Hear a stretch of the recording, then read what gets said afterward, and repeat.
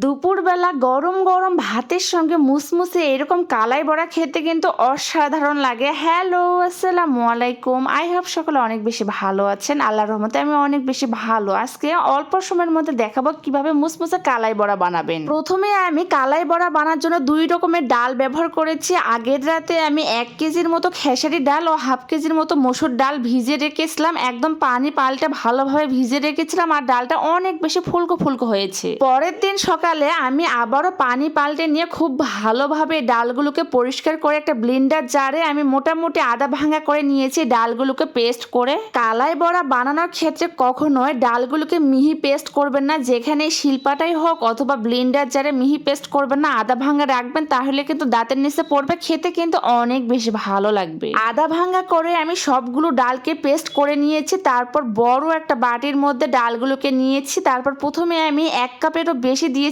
পেঁয়াজ কুচানো, পেঁয়াজ মিহি কুচি করে দিয়েছি, তাহলে কিন্তু অনেক বেশি মুসমুসে ও ভালো লাগবে খেতে। সব ধরনের গরম মশলা আমি ব্যবহার করেছি। এখানে আমি অনেকগুলো সাদা ফল দিয়েছি, কালো ফল দিয়েছি, দারচিনি দিয়েছি, বস দিয়েছি সামান্য পরিমাণে, ও এখানে দিয়েছি 12 মশলা। সবগুলো মশলাকে আমি শিলপাটায় একদম মিহি পেস্ট করে নিয়ে এখানে কালাই বড়া বানার জন্য অ্যাড করে দিয়েছি। তারপর এখানে কাঁচা মরিচ দিয়েছি আমি কুচি করে।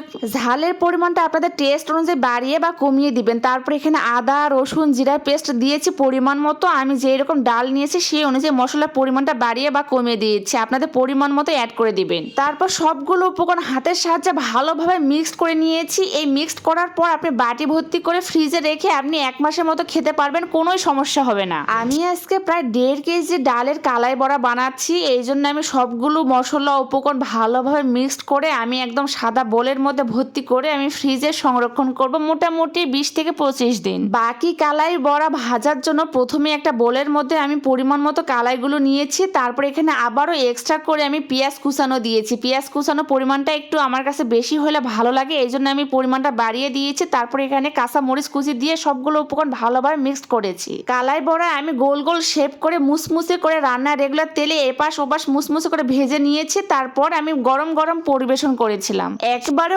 অনেকগুলো কালাই বড়া এরকম আপনি ফ্রোজেন করে ফ্রিজে রেখে খেতে পারেন। আর খাওয়ার আগে অবশ্যই একটু পেঁয়াজ কুচানো দিবেন ও মরিচ দিবেন, তাহলে কিন্তু খেতে অনেক বেশি ভালো লাগবে, আপনি বুঝতেই পারবেন না এটা ফ্রিজে রাখা ছিল।